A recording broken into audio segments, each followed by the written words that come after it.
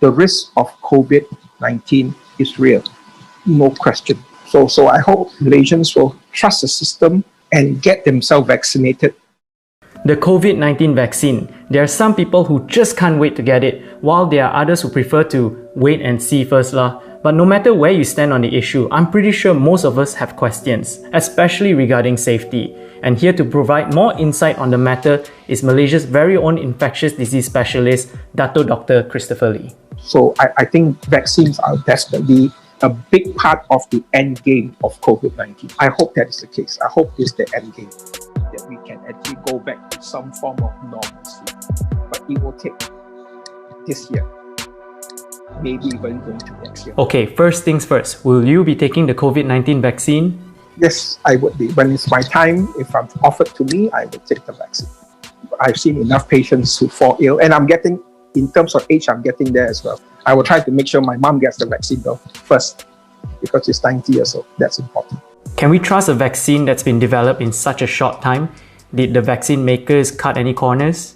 Yes, it's record time. This is unprecedented. This is the fastest we have ever come up with a new vaccine. However, I think we must understand that the platform that the vaccine makers have was already there. For example, the messenger RNA technology was already there. Just that once we could identify the complete genome of this virus, they just cut pieces of it and put it into this platform to make the vaccine. So in that sense, they shortened the process. There were also some administrative areas where the manufacturers and the regulators shortened. But in terms of the clinical process or the scientific process, nothing was shortened. Okay, but are these vaccines safe though? Or are we just guinea pigs? It is a newer technology, so I can understand why people are concerned. But well, the reality is, by the time Malaysians get the vaccine, there will be millions of people around the world who have had the vaccine.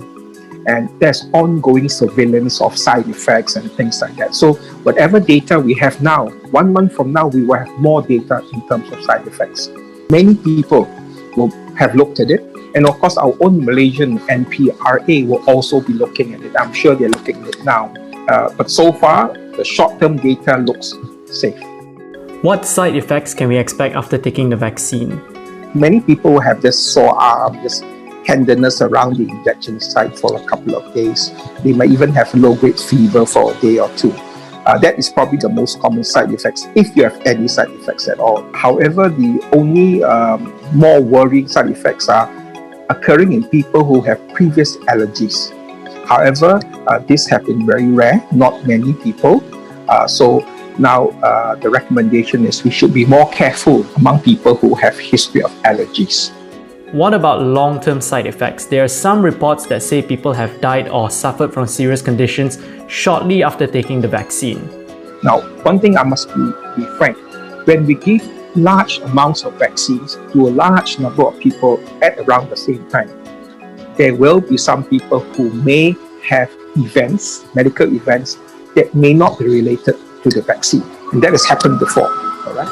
So therefore, before we react, I think we must trust pharmacovigilance program to look into it. No one can tell you 5 years, 10 years down the line, nothing bad will happen.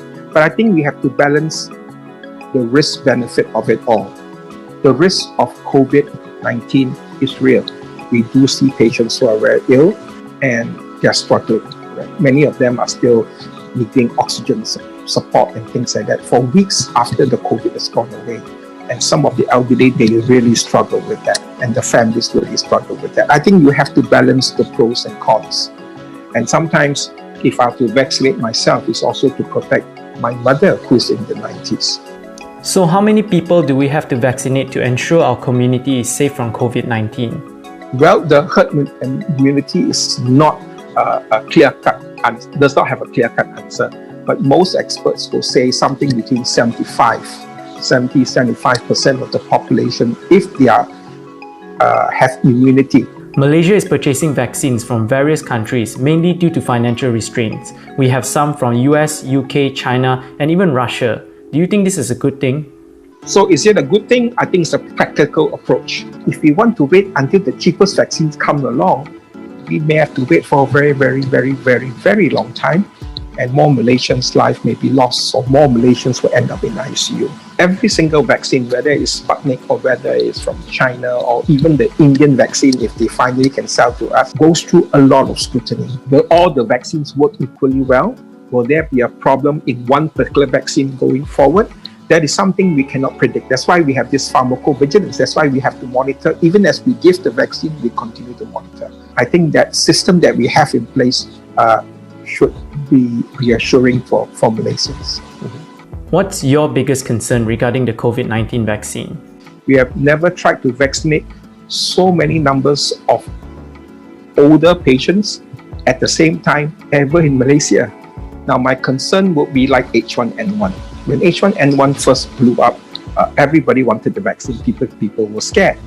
But once H1N1 began to settle and the number of deaths seemed to stabilize or drop, our uptake of the flu vaccine hasn't been great.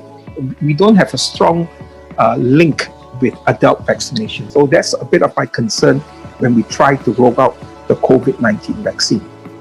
It doesn't mean we won't succeed, but we have never done it successfully in this country before. The closest I can think of is the H1N1 vaccine.